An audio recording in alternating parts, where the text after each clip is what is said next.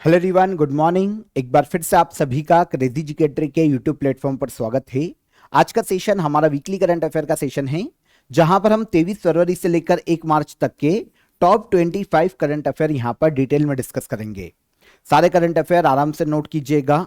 25 current affair यहां पर मैं आपको बताऊंगा, आने वाली एग्जाम में सारे आपको देखने को मिल सकते हैं। एग्जाम ओरिएंटेड है, इसलिए सेशन को एंड तक देखिए। शुरू करते हैं वीकली करंट अफेयर के सेशन का। सबसे पहला क्वेश्चन देखते हैं।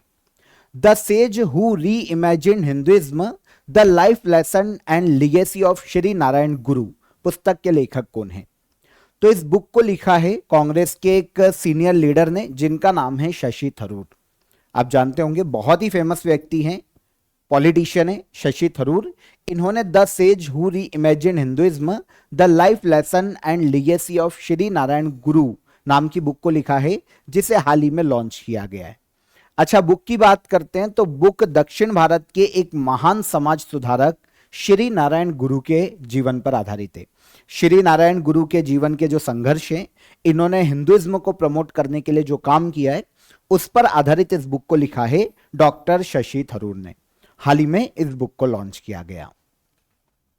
बाफ्टा अवार्ड 2026 में best children's and family film category का अवार्ड किस भारतीय फिल्म ने जीता है? बाफ्टा की बात करते हैं तो ये यूनाइटेड किंगडम में फिल्म और टेलीविजन के क्षेत्र में दिए जाने वाले अवार्ड हैं। रिसेंटली बाफ्टा अवार्ड 2026 का अनाउंसमेंट किया गया। अलग अलग कैटेगरीज में ये अवार्ड दिए गए। एक इंडियन मूवी को भी अवार्ड दिया गया है, जिस कैटेगरी का नाम है best children's and family film category movie. तो इस मूवी का अवार्ड दिया गया है बुंग नाम की मूवी को। आंसर हो जाता है आंसर सी। ठीक है, तो बाफ्टा अवार्ड इस बार ये 79th बाफ्टा अवार्ड था। ब्रिटिश एकेडमिक फिल्म अवार्ड के नाम से बाफ्टा को जाना जाता है, शॉर्ट फॉर्म है बाफ्टा।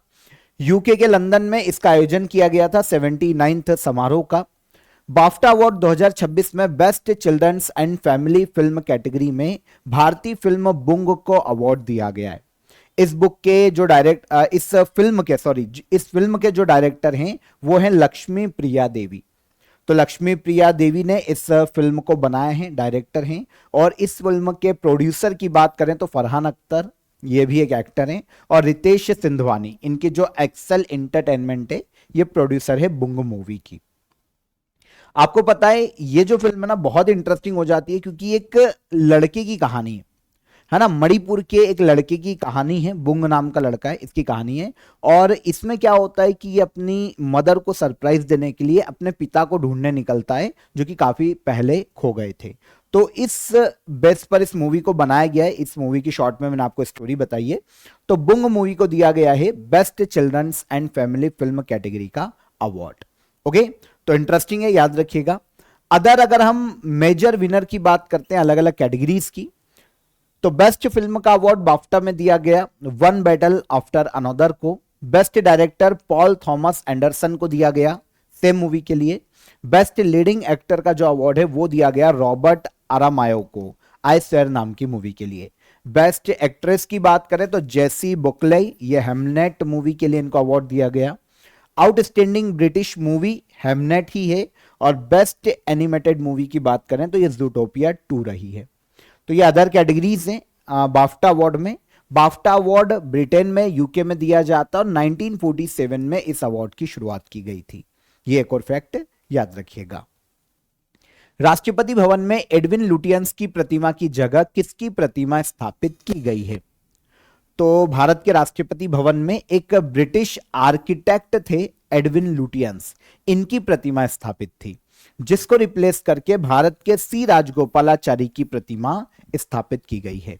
सी राजगोपालाचारी की बात करते हैं तो ये स्वतंत्र भारत के पहले भारतीय गवर्नर जनरल और अंतिम गवर्नर जनरल 1950 तक इंडिया के श्री राजगोपालाचारी थे।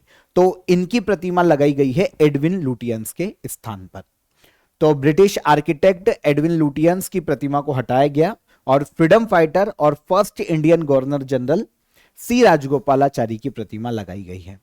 ओके, प्रतिमा महात्मा गांधी की जो स्टेच्यू है इसके ठीक सामने लगाई गई है। यहां पर आपको पता होना चाहिए कि सी राजगोपालाचारी को राजा जी के उपनाम से भी पुकारा जाता था। इन्हीं के सम्मान में 24 फरवरी से 1 मार्च 2026 तक इनके जीवन पर आधारित एक प्रदर्शनी भी लगाई गई है राष्ट्रपति भवन में और इनकी प्रतिमा को स्थापित किया गया। सी राजगोपालाचारी अंतिम भारतीय गवर्नर जनरल 1950 तक रहे, राजा जी के उपनाम से जाने जाते थे। पहली बार जब भारत रत्न दिया गया था 1954 में, तो 3 लोगों को दिया गया था, उनमें से एक सी राजगोपालाचारी थे। इनके अलावा डॉक्टर सर्वपल्ली राधाकृष्णन और सीवी रमन को भी भारत रत्न 1954 में दिया गया था।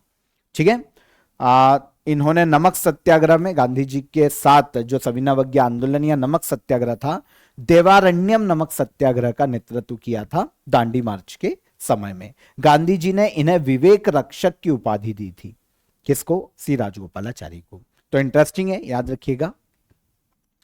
नीदरलैंड के नए प्रधानमंत्री के रूप में किसने पदभार संभाला है? नीदरलैंड जो कि एक यूरोपीय देश है, इसके नए प्रधानमंत्री बने हैं रॉब जेटन।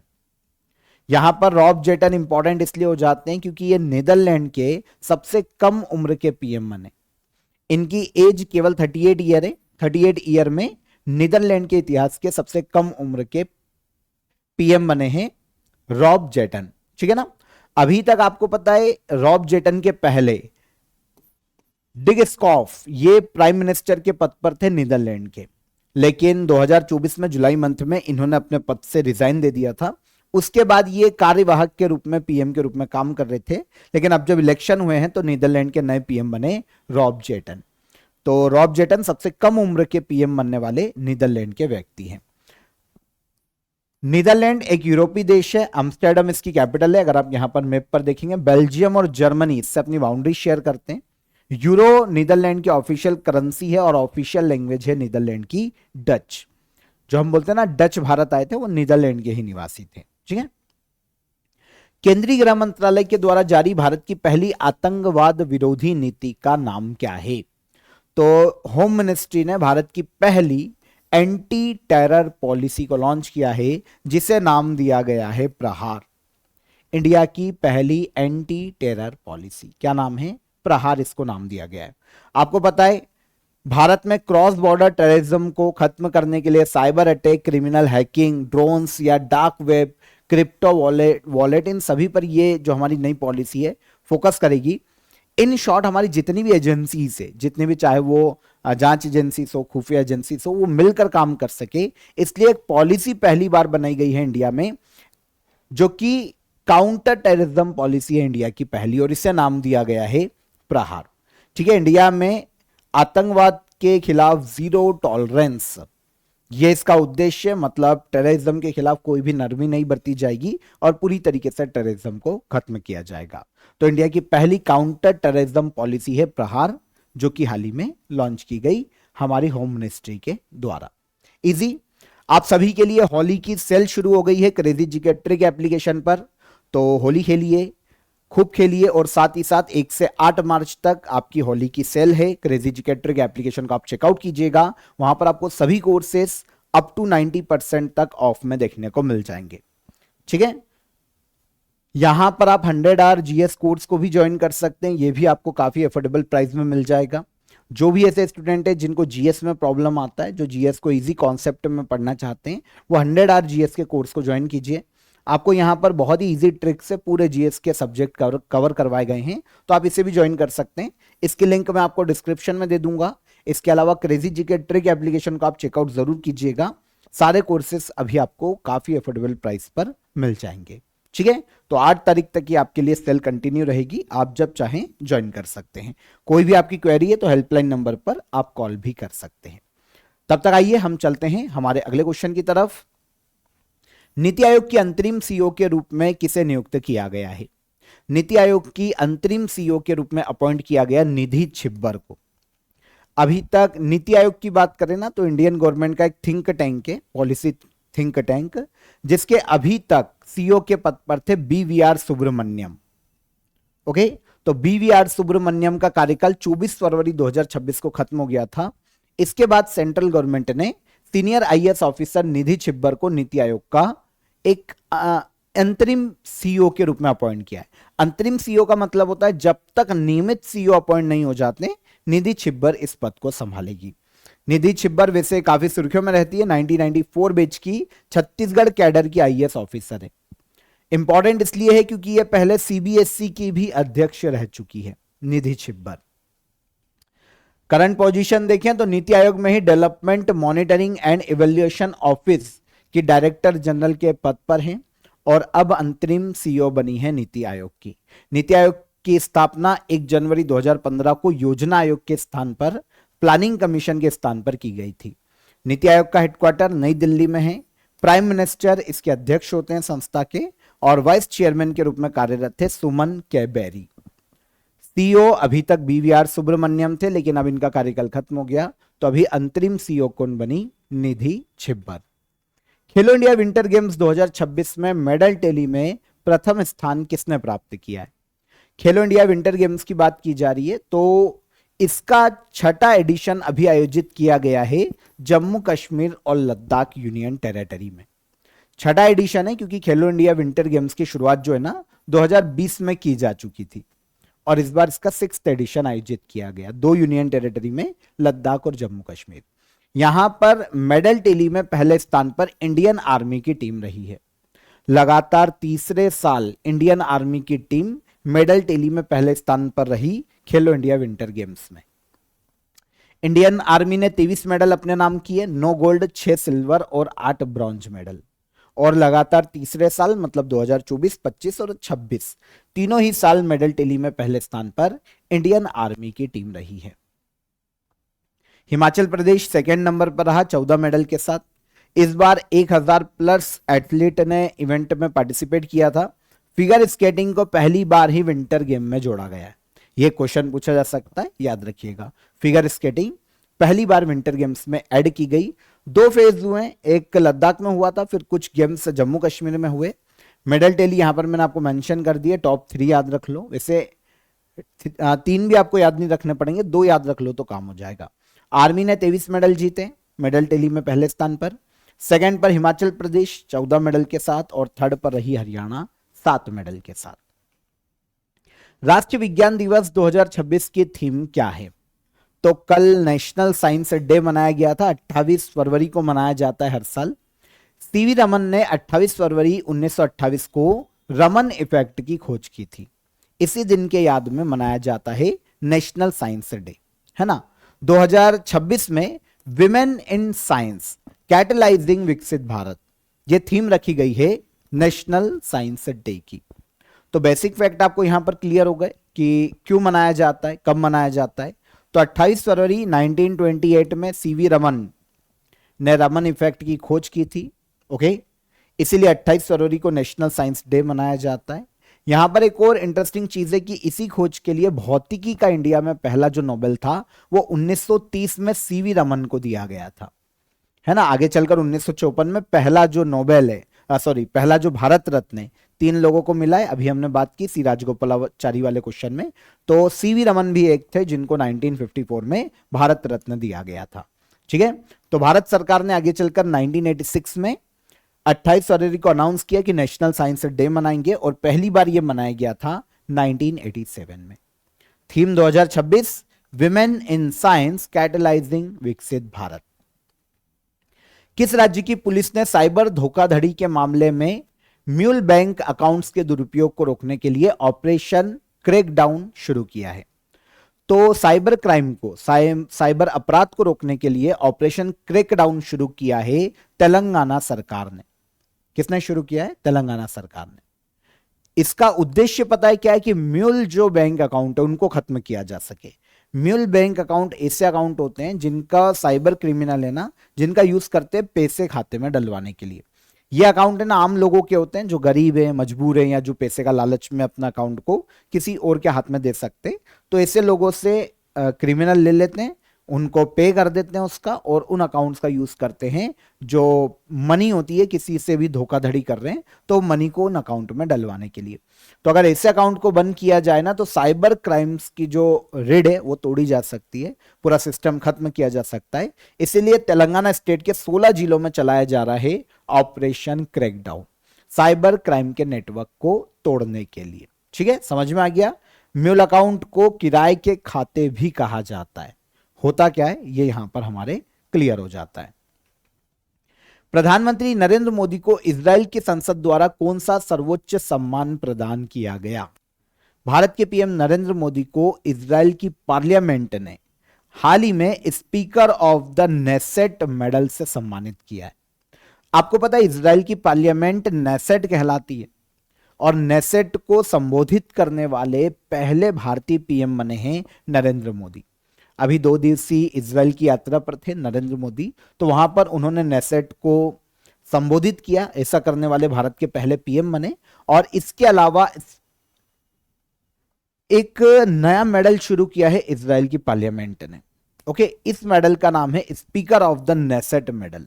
ये नया मेडल है जो शुरू किया गया। तो ये मेडल दिया गया है भारत के पीएम नरेंद्र मोदी को। तो भारत के पीएम नरेंद्र मोदी पहले प्राप्त करता है इस मेडल के, और इंडिया के पहले पीएम जिनको ये मेडल दिया गया। ठीक है, इजी। इजराइल के पार्लियामेंट के अध्यक्ष अमीर ओहाना, इन्होंने भारत के पीएम को speaker of the Knesset medal से सम्मानित किया है। दोनों देशों के बीच में राजनयिक संबंधों को मजबूत करने के लिए भारत के पीएम को यह अवार्ड दिया गया। साहित्य अकादमी पुरस्कार प्राप्त लेखक शंकर का हाल ही में निधन हो गया। यह किस भाषा के लेखक हैं? तो साहित्य अकादमी अवार्ड प्राप्त लेखक शंकर का हाल ही में निधन हो गया। ये बंगाली भाषा के एक बहुत ही फेमस साहित्यकार है। इनका शॉर्ट में इनको शंकर कहा जाता है, लेकिन इनका पूरा नाम देखे ना तो मणिशंकर मुखोपाध्याय इनका पूरा नाम है। बंगाली साहित्यकार। इनका 92 वर्ष की आयु में कोलकाता में निधन हो गया। 70 वर्षों तक ये मॉडर्न बंगाली लिटरेचर की रीढ़ के रूप में काम कर चुके हैं। मतलब एक स्तंभ माना जाता था मॉडर्न बंगाली लिटरेचर में। किन्हें? मणिशंकर मुखोपाध्याय को। तो 92 वर्ष की आयु में इनका निधन हो गया। इन्हें 2021 में साहित्य अकादमी अवार्ड से सम्मानित किया जा चुका है। इनकी एक कृति 2021 में आई थी, बुक एक थी एका एका एकाशी। इस बुक के लिए 2021 में इनको साहित्य अकादमी अवार्ड से सम्मानित किया जा चुका है। हाल ही में मणिशंकर मुखोपाध्याय का निधन हो गया। ये बंगाली साहित्यकार हैं। वाइब्रेंट विलेज प्रोग्राम सेकंड का शुभारंभ किस राज्य में किया गया? Vibrant village programme second edition शुरू किया गया है असम राज्य में। असम में इसकी शुरुआत की गई। भारत के होम मिनिस्टर अमित शाह ने असम के नाथनपुर विलेज से वाइब्रेंट विलेज प्रोग्राम के सेकेंड फेज की शुरुआत की। देखिए, जो फर्स्ट फेज लाया गया था पहले उसको समझो। वाइब्रेंट विलेज प्रोग्राम, इसका जो पहला फेज था ना 2023 में लाया गया था। इसका उद्देश्य जानते हैं क्या था? चाइना से लगी हुई जो बॉर्डर है इंडिया के जिन जिन भी राज्यों की है, चाइना से लगी हुई बॉर्डर, वो बॉर्डर विलेज जो इंडियन विलेज है बॉर्डर पर, उनके लोग माइग्रेट करके दूसरी जगह पर ना जाए और अपने ही विलेज में रहे और उन्हीं को डेवलप करें, वहीं पर काम करें। होता क्या है कि बॉर्डर के पास जो विलेज है ना, एक्चुअल में वहां पर संसाधन कम है, इंफ्रास्ट्रक्चर डेवलपमेंट नहीं है, रिसोर्सेस कम है। तो वहां के लोग क्या करते हैं, अपने गांव को छोड़ के दूसरी जगह पर चले जाते हैं। इससे क्या होता है, बॉर्डर पर थ्रेड बढ़ जाता है क्योंकि सुनसान वीरान हो जाते हैं। तो कोई भी देश की सेना, स्पेशली चाइना, बार बार इंडिया में इंटर होने की कोशिश करता है, तो उसको ऐसे सॉफ्ट जगह मिल जाती है जहां से वो भारत में इंटर हो सकता है। तो ये गांव क्योंकि वीरान हो चुके, तो वहां पर कोई है नहीं जो भारत सरकार को जानकारी दे या भारत के लिए प्रॉपर लगे कि भारत का एरिया या भारत का गांव है। तो इंडियन गवर्नमेंट ने क्या किया था, 2023 में वाइब्रेंट विलेज प्रोग्राम की शुरुआत की थी। चाइना से लगे हुए जो राज्य हैं भारत के, है ना, वहां पर स्पेशली जो बॉर्डर के विलेजेस हैं उनको डेवलप करना, इंफ्रास्ट्रक्चर डेवलपमेंट को बढ़ावा देना, ये वाइब्रेंट विलेज प्रोग्राम का मुख्य उद्देश्य था। तो ये 2023 में शुरू हुआ था। अब 2026 में इसका दूसरा फेज शुरू किया गया है। अब इसका उद्देश्य यह है कि चाइना के अलावा जो भारत से लगे हुए राज्य, जो भी अंतरराष्ट्रीय सीमाएं, वहां पर भी बॉर्डर के जो इंडियन गांव हैं, सीमावर्ती गांव हैं, उनको डेवलप किया जा सके, वहां पर इंफ्रास्ट्रक्चर डेवलप किया जा सके। For example Pakistan, Nepal, Bangladesh, Bhutan, Myanmar से जो भी स्टेट टच होते हैं, वहां पर सीमावर्ती गांवों को डेवलप किया जाएगा। इस बार सेकेंड फेज जो है वो काफी बड़ा है। इसमें 15 स्टेट के और 2 यूनियन टेरिटरीज के ऑलमोस्ट 1954 विलेजेस को डेवलप किया जाएगा। और इसके लिए जो बजट रखा गया है 6,839 करोड़ का है। 2028-29 तक के लिए योजना लागू रहेगी और बजट 6,839 करोड़ का है। पहला फेज 2023 में लाया गया था, बता चुका हूं मैं उद्देश्य क्या है। इसका उस वक्त जब ये लाया गया था तब 4 राज्यों को और एक यूटी को इसमें ऐड किया गया था और बजट रखा गया था 4,800 करोड़ रुपए का, 4,800 करोड़।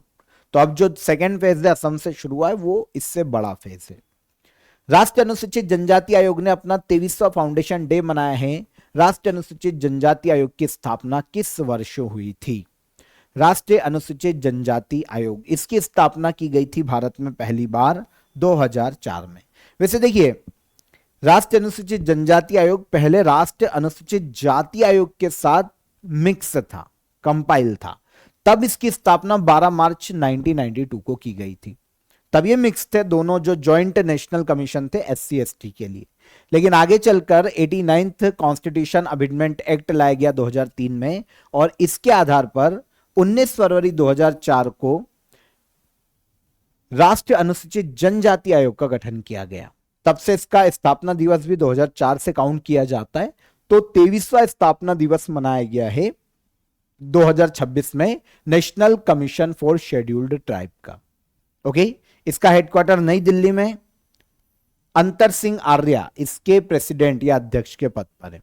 अनुसूचित जनजाति के अधिकारों की रक्षा और उनके विकास के लिए यह संस्था काम करती है और एक संवैधानिक संस्था है। इंडियन कॉन्स्टिट्यूशन के आर्टिकल 338A में राष्ट्रीय अनुसूचित जनजाति आयोग का उल्लेख है।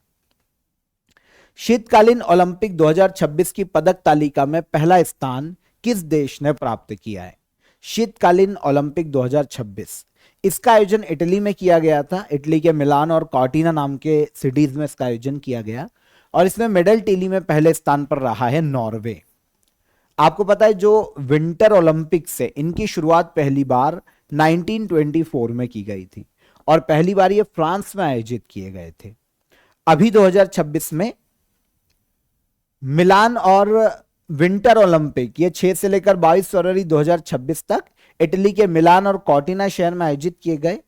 116 मेडल इवेंट यहां पर आयोजित किए गए थे। 92 अलग अलग देशों ने यहां पर पार्टिसिपेट किया।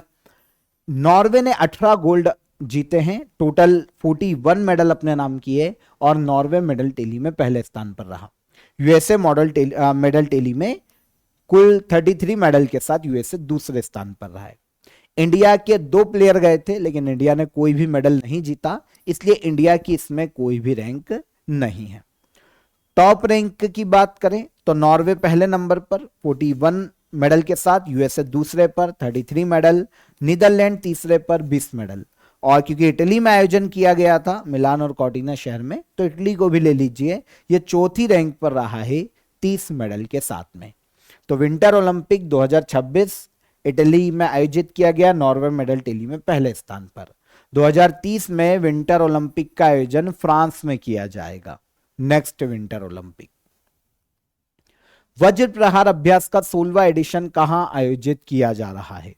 तो वज्र प्रहार एक मिलिट्री एक्सरसाइज है जिसका आयोजन इंडिया और यूएसए के मध्य में किया जाता है। इस साल इसका 16वां एडिशन जो है हिमाचल प्रदेश के बकलोह में आयोजित किया जा रहा है। कहां पर? हिमाचल प्रदेश के बकलोह में। यह 23 फरवरी को शुरू हुआ था और 15 मार्च 2026 तक आयोजित किया जाएगा। इंडिया और यूएसए की आर्मी के बीच में एक joint special forces military exercise है। दोनों देशों की सेनाओं के बीच में जॉइंट रेडीनेस को मजबूत करना, स्पेशल ऑपरेशंस को बढ़ावा देना, आपसी तालमेल स्थापित करना, ये एक्सरसाइज वज्र प्रहार को आयोजित किए जाने का मुख्य उद्देश्य है। तो इंडिया और यूएसए की आर्मी के बीच में आयोजित किया जाता है। इस बार ये 16वां एडिशन है, ये एक पॉइंट याद रखना। और आयोजन कहां हुआ है? हिमाचल प्रदेश के बकलोह में। ठीक है। वन जीवी दीदी पहल किस टाइगर रिजर्व द्वारा महिलाओं को वन संरक्षण में शामिल करने हेतु शुरू की गई है? तो वन जीवी दीदी एक इनिशिएटिव है जो कि टाइगर रिजर्व द्वारा मतलब एक टाइगर रिजर्व में इसको शुरू किया गया है जिसका नाम है पलामू टाइगर रिजर्व। ये कहां देखने को मिलता है? ये देखने को मिलता है भारत के झारखंड राज्य में। झारखंड में पलामू टाइगर रिजर्व में महिलाओं को वन संरक्षण में शामिल करने के लिए वन जीवी दीदी इनिशिएटिव की शुरुआत की गई है झारखंड सरकार के द्वारा। इसमें होगा क्या?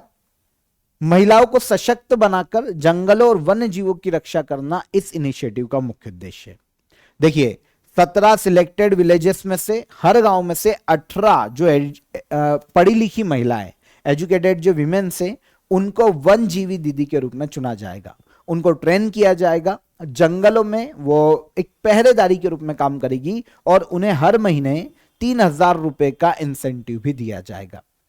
ठीक है, महिलाएं करेगी क्या? अगर उस पलामू टाइगर रिजर्व में इलीगल हंटिंग को रोकने का काम करेगी, डिफॉरेस्टेशन को रोकने का काम करेगी, वनों की कटाई अगर ऐसा कुछ होता है तो इन चीजों को रोकने के लिए प्रयास करेगी और घूमकर निगरानी करेगी पूरे पलामू टाइगर रिजर्व की। तो ये वन जीवी दीदी इनिशिएटिव है, झारखंड सरकार ने शुरू किया है और स्पेशली लागू किया गया पलामू टाइगर रिजर्व में। पलामू टाइगर रिजर्व झारखंड में 1973 में स्थापना हुई और अप्रोक्सीमेटली इसका एरिया देखते हैं तो 1129 स्क्वायर किलोमीटर का एरिया है इस टाइगर रिजर्व का। शीतकालीन तूफान हर्नांडो किस महासागर के तटीय क्षेत्र में सक्रिय है? तो एक तूफान आया है शीतकालीन या विंटर स्टॉर्म जिसका नाम है हर्नांडो। ये आया है नॉर्थ अटलांटिक ओशन के वेस्ट एरिया में और ये टकराया है अमेरिका का जो पूर्वी तटीय क्षेत्र है वहां पर। अमेरिका के पूर्वी तटीय क्षेत्र को इसने प्रभावित किया। नॉर्थ अटलांटिक ओशन में ये वेस्ट की तरफ बनता हुआ दिखाई दिया है। ठीक है, तो winter storm Hernando north Atlantic ocean में मुख्य रूप से यूएसए के ईस्ट कोस्ट को इसने प्रभावित किया। Washington DC, Philadelphia, New York city, Boston, ये जो पूर्वी तटीय क्षेत्र ये प्रभावित हुए हैं अमेरिका के। यहां तक कि अमेरिकी जो गवर्नमेंट है ना, उसने ब्लिजार्ड वार्निंग भी इस विंटर स्टॉर्म के लिए जारी की थी। विजार्ड वार्निंग 2017 के बाद अब अमेरिका के द्वारा जारी की गई है। इसमें होता क्या है कि ये वार्निंग बहुत स्पेशल है। जब ऐसा लगता है कि भाई बहुत तबाही होगी किसी विंटर स्टॉर्म के कारण, तो इस वार्निंग को जारी किया जाता है। जैसे विंटर स्टॉर्म या तो आने वाला है या आ चुका है, लगातार कई घंटों तक बना हुआ है, तेज हवाएं चल रही है ना, बर्फीली हवाएं चल रही है, तो ऐसी कंडीशन में ब्लिजार्ड वार्निंग जारी की जाती है यूएसए का जो डिपार्टमेंट है उसके द्वारा। तो विंटर स्टॉर्म हर्नांडो के कारण पूर्वी क्षेत्रों में ये हिजार्ड वार्निंग जारी की गई। तो खतरनाक तूफान है, 5,000 से अधिक फ्लाइट भी यहां पर कैंसिल हुई यूएसए में और इसने काफी तबाही भी मचाई है पूर्वी तटीय क्षेत्रों में। Atal Bihari Vajpayee the eternal statesman पुस्तक के लेखक कौन है? रिसेंटली एक बुक को लॉन्च किया गया है, Atal Bihari Vajpayee the eternal statesman. इस बुक को लिखा है विजय गोयल ने। विजय गोयल के द्वारा लिखी गई ये बुक हाल ही में रिलीज की गई। भारत के जो पूर्व पीएम रहे हैं अटल बिहारी वाजपेयी, उनके जीवन पर आधारित, उनकी लाइफ पर, उनके संघर्षों पर, उनका जो पॉलिटिकल कंट्रीब्यूशन रहा है देश में, उस पर बेस्ड ये बुक है जिसे लिखा है विजय गोयल ने। भारत के वाइस प्रेसिडेंट सीपी राधाकृष्णन ने इस बुक को हाल ही में लॉन्च किया, Atal Bihari Vajpayee the eternal statesman. Atal Bihari Vajpayee के बारे में अगर हम कैजुअल फैक्ट देखते हैं तो ये इंडिया के 10th पीएम रहे, 10वें प्राइम मिनिस्टर। पहले इन्होंने 1996 में पदभार संभाला था कुछ समय के लिए और फिर 1998 से 2004 तक ये कंटिन्यू भारत के पीएम रहे हैं। और बीजेपी के पॉलिटिशियन है। भारत रत्न अटल बिहारी वाजपेयी को 2015 में दिया गया था और पद्म विभूषण 1992 में दिया गया था। धर्म गार्जियन सैन्य अभ्यास भारत और किस देश के मध्य आयोजित किया जा रहा है? धर्म गार्जियन जॉइंट मिलिट्री एक्सरसाइज, इसका आयोजन इंडिया और जापान के मध्य में किया जाता है। इंडिया और जापान के मध्य में संयुक्त रूप से यह आयोजित की जाती है और इस बार इसका 7वां एडिशन शुरू हुआ है 24 फरवरी को। आयोजन कहां पर? आयोजन उत्तराखंड में किया गया, भारत के उत्तराखंड राज्य में। यह चल रहा है, 24 फरवरी को शुरू हुआ था और 9 मार्च तक इसका आयोजन किया जाएगा। तो धर्म guardian joint military exercise India और जापान के मध्य में आयोजित की जाती है और इस बार इसका 7th एडिशन आयोजित किया गया। कहां पर? भारत के उत्तराखंड राज्य में। इजी। लास्ट जो एडिशन था 6th एडिशन 2025 में माउंट फ्यूजी जापान का प्लेस है, यहां पर आयोजित किया गया था और पहली बार धर्म गार्जियन की शुरुआत की गई थी 2018 में इंडिया और जापान के मध्य में जॉइंट मिलिट्री एक्सरसाइज। संयुक्त राष्ट्र द्वारा global champion for road safety के रूप में किसे नामित किया गया है? एक एम्बेसडर के रूप में, ग्लोबल एम्बेसडर, यूनाइटेड नेशन का एक प्रोग्राम है जो कि 2010-11 में शुरू किया गया था, global champions for road safety, मतलब रोड एक्सीडेंट को रोकने के लिए ये एक इनिशिएटिव है जो कि यूनाइटेड नेशन का है। तो global champions for road safety एक एम्बेसडर के रूप में अपॉइंट किया गया है भारतीय फॉर्मर क्रिकेटर सचिन तेंदुलकर को। सचिन तेंदुलकर क्या करेंगे, अब पूरे वर्ल्ड में रोड सेफ्टी के लिए लोगों को जागरूक करेंगे, रोड सेफ्टी के जो नियम है उनका पालन करना सिखाएंगे और जान बचाने के लिए लोगों को जागरूक कर पाएंगे। ठीक है, यूनाइटेड नेशन का लक्ष्य है कि 2030 तक रोड एक्सीडेंट में होने वाली जो डेथ है उनको आधा किया जा सके। तो 2010-11 से यूनाइटेड नेशन के द्वारा रोड सेफ्टी कैंपेन चलाया जा रहा है और इसी के तहत global champion for road safety बनाए गए हैं कौन, तो यह है Sachin Tendulkar. North east spring festival 2026 के आयोजन की शुरुआत कहां से की गई है? नॉर्थ ईस्ट स्प्रिंग फेस्टिवल 2026 की शुरुआत की गई है नागालैंड के दीमापुर से। देखिए ये जो फेस्टिवल है ना, पहली ही बार आयोजित किया जा रहा है। नॉर्थ ईस्ट स्प्रिंग फेस्टिवल पहला ही एडिशन है, ये पूर्वोत्तर के अलग अलग राज्यों में आयोजित किया जाएगा, इसलिए यहां पर क्वेश्चन शुरुआत से है। तो शुरुआत की गई है नागालैंड के दीमापुर में। नागालैंड के दीमापुर में अभी ये आयोजित किया गया 26 से लेकर 28 फरवरी तक। इसके बाद अब ये अरुणाचल प्रदेश के नामसाई में 2 से 3 मार्च तक आयोजित किया जाएगा और फिर मेघालय के री-भोई में 5-6 मार्च को आयोजित किया जाएगा। भारत में ministry of culture, government of India इसका आयोजन करवा रही है। तो पूर्वोत्तर के अलग अलग राज्यों में आयोजित होगा। स्पेशली इसका उद्देश्य देखें कि उद्देश्य क्या है, तो पूर्वोत्तर की जो ट्राइबल कल्चर है उसको बढ़ावा देना, फोक ट्राइबल कल्चर को बढ़ावा देना, कल्चरल यूनिटी के माध्यम से नेशनल इंटीग्रेशन को मजबूत करना, इस महोत्सव का आयोजित किए जाने का मुख्य उद्देश्य है। ट्राइबल्स के पूर्वोत्तर भारत में जो भी फोक डांस है उनकी प्रस्तुतियां दी जाएगी, जो फोक म्यूजिक है उनका प्रदर्शन किया जाएगा और जो भी अलग अलग सांस्कृतिक झलकियां है वो यहां पर दिखाई जाएगी।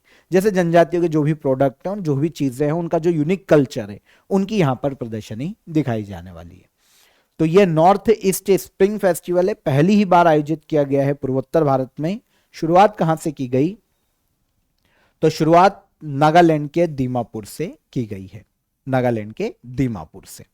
आगे बढ़े, भारत की पहली नेट जीरो पंचायत के रूप में किस ग्राम पंचायत को मान्यता मिली है? इंडिया की पहली नेट जीरो पंचायत के रूप में मान्यता दी गई बेलग्राम पंचायत को, जो कि महाराष्ट्र में स्थित है। महाराष्ट्र की बेलग्राम पंचायत भारत की पहली नेट जीरो ग्राम पंचायत बनी। ठीक है, देखिए नेट जीरो का मतलब क्या होता है, जितना ग्रीन हाउस गैसेस का उत्सर्जन कर रही है पंचायत, उससे ज्यादा ग्रीन हाउस गैसेस को खत्म करने के लिए वो प्रयास कर रही है, काम कर रही है। जितना उत्सर्जन किया उससे ज्यादा ग्रीन हाउस गैसेस को घटाने के लिए, एब्जॉर्ब करने के लिए उन्होंने काम किया है। पेड़ पौधे लगाए हैं, रिन्यूएबल एनर्जी सोर्सेस अपनाए हैं, वाटर मैनेजमेंट को बढ़ावा दिया है ना, वेस्ट मैनेजमेंट को बढ़ावा दिया है। तो इस तरीके से नेट जीरो पंचायत बनी है भारत की बेलग्राम पंचायत, महाराष्ट्र के भंडारा जिले में स्थित है। ओके, लास्ट आपको पता है 2024 में राष्ट्रीय पंचायत पुरस्कार भी दिया जा चुका है बेलग्राम पंचायत को। इनको carbon neutral special panchayat award से सम्मानित किया गया था 2024 में और अब 2026 में यह नेट जीरो पंचायत बनी है, बेलग्राम पंचायत। प्रेसिडेंट द्रौपदी मुर्मू ने किस एयरफोर्स स्टेशन से स्वदेशी लड़ाकू हेलीकॉप्टर प्रचंड में उड़ान भरी है? तो भारत की प्रेसिडेंट द्रौपदी मुर्मू ने राजस्थान के जैसलमेर एयरफोर्स स्टेशन से स्वदेशी लड़ाकू हेलीकॉप्टर प्रचंड में उड़ान भरी है। और जो स्वदेशी लड़ाकू हेलीकॉप्टर है प्रचंड, उसमें उड़ान भरने वाली भारत की पहली प्रेसिडेंट बनी है द्रौपदी मुर्मू। इन्होंने 25 मिनट को पायलट के रूप में उड़ान भरी लड़ाकू हेलीकॉप्टर प्रचंड में राजस्थान के जैसलमेर में स्थित जैसलमेर एयरफोर्स स्टेशन से। ओके, प्रचंड की बात करते हैं, हिंदुस्तान एरोनॉटिक्स लिमिटेड ने इसका निर्माण किया है। ये दुनिया का पहला ऐसा लड़ाकू हेलीकॉप्टर है जो कि 5000 मीटर की ऊंचाई पर टेक ऑफ भी कर सकता है और लैंड भी कर सकता है। तो इंपॉर्टेंट हो जाता है, लैंड भी कर सकता है और टेक ऑफ भी कर सकता है। तो सियाचिन जैसे प्लेसेस में जो बर्फीले एरिया है वहां पर युद्ध के लिए बेस्ट हेलीकॉप्टर है। दुनिया में पहले ऐसी हेलीकॉप्टर है जो कि 5000 मीटर की ऊंचाई पर लैंड और टेक ऑफ कर सकते। तो इसमें उड़ान भरी है भारत की प्रेसिडेंट द्रौपदी मुर्मू ने। जल शक्ति मंत्रालय द्वारा जल महोत्सव कब आयोजित किया जाएगा? जो हमारी मिनिस्ट्री ऑफ जल शक्ति है ना, उसके द्वारा जल महोत्सव आयोजित किया जाने वाला है 8 से लेकर 22 मार्च तक। 8 से लेकर 22 मार्च तक नेशन वाइड एक जल महोत्सव आयोजित किया जाएगा। इसका उद्देश्य भारत में वाटर कंजर्वेशन को बढ़ावा देना, लोगों को इसके प्रति प्रेरित करना और भारत में ग्राम पंचायत और जन भागीदारी के माध्यम से हर घर तक सुरक्षित जो पेयजल है, प्योर वाटर है, उसकी आपूर्ति को सुनिश्चित करना। तो मिनिस्ट्री ऑफ जल शक्ति जल महोत्सव का आयोजन कर रही है 8 से लेकर 22 मार्च तक। ठीक है। लास्ट क्वेश्चन, डिजी लॉकर के रेगुलेटरी फ्रेमवर्क की समीक्षा के लिए गठित उच्च स्तरीय समिति के अध्यक्ष कौन है? तो देखिए यहां पर डिजी लॉकर की बात करें ना, तो ये 2015 में शुरू किया गया था सेंट्रल गवर्नमेंट के द्वारा। डिजी लॉकर में एक ऐसा प्लेटफॉर्म है जहां पर कोई भी व्यक्ति, कोई भी ऑर्गेनाइजेशन, कोई भी स्टार्टअप, कोई भी एनजीओ अपने सारे डॉक्यूमेंट डिजिटल फॉर्म में यहां पर रख सकता है सेव करके। मार्कशीट हो जाए, लाइसेंस हो जाए, पैन कार्ड हो जाए और अदर जो भी डॉक्यूमेंट्स है सब डिजी लॉकर में रखे जा सकते हैं। इससे होगा ये कि हर जगह पर फिजिकल कॉपी को कैरी करने की जरूरत नहीं पड़ेगी, घूमने का डर नहीं होगा और एक क्लिक पर कहीं से भी हमारे डॉक्यूमेंट्स को हम एक्सेस कर सकते हैं और इनको वही मान्यता प्राप्त है जो कि एक जो हार्ड कॉपी की होती है वही मान्यता इस डिजिटल कॉपी को भी दी जाएगी। तो ये डिजी लॉकर 2015 में आया था, तब रूल्स अलग थे, एआई नहीं आया था, काफी सारी चीजें चेंज थी। तो अब इसके जो रेगुलेटरी फ्रेमवर्क है इसकी फिर से समीक्षा की जाएगी कि नए लॉ के अकॉर्डिंग इसमें क्या चेंजेस किए जाने चाहिए, नए टेक्नोलॉजी के अकॉर्डिंग इसमें क्या चेंज किए जाने चाहिए। इन सभी रेगुलेटरी फ्रेमवर्क की समीक्षा के लिए एक हाई लेवल कमेटी का गठन किया गया है और इस कमेटी के अध्यक्ष है अजय साहनी। तो अजय साहनी ये अध्यक्ष हैं इस कमेटी के। ये इलेक्ट्रॉनिक्स एंड आईटी मिनिस्ट्री के पूर्व सचिव रह चुके हैं। तो जो हाई लेवल कमेटी बनी है डिजी लॉकर पर, इसके अध्यक्ष हैं अजय साहनी। समझ में आ गया डिजी लॉकर का काम क्या है और मिनिस्ट्री और समिति का काम क्या है। डिजी लॉकर के नए नियम के जो नियम है नई टेक्नोलॉजी और लॉ के अनुसार होने चाहिए। तो क्या क्या चेंजेस किए जाएं इन सभी पर ये कमेटी अपनी रिपोर्ट देगी केंद्र सरकार को। डिजी लॉकर 2015 में आया था, ministry of electronics and IT के अंतर्गत इसको लॉन्च किया गया था। उद्देश्य मैं आपको बता ही चुका हूं। इजी। तो यहां पर 23 फरवरी से लेकर 1 मार्च तक के हमने सभी करंट अफेयर डिटेल में डिस्कस किए। टॉप 25 करंट अफेयर सभी इंपॉर्टेंट थे। आई होप आपको एक ही बार में याद हो गए होंगे। आपको होली की सेल के बारे में मैं आपको बता चुका हूं, आप चेकआउट कीजिएगा क्रेजी जीके ट्रिक एप्लीकेशन को। वहां पर आप हर कोर्स पर अप टू 90% तक ऑफ ले सकते हैं। और इसके अलावा सेशन को लाइक और शेयर करके जाइएगा पसंद आया हो तो। और इसके अलावा कल फिर मुलाकात करेंगे नेक्स्ट डे के सेशन में, नेक्स्ट डे के करंट अफेयर में। तब तक अपना ख्याल रखिएगा। जय हिंद, जय भारत।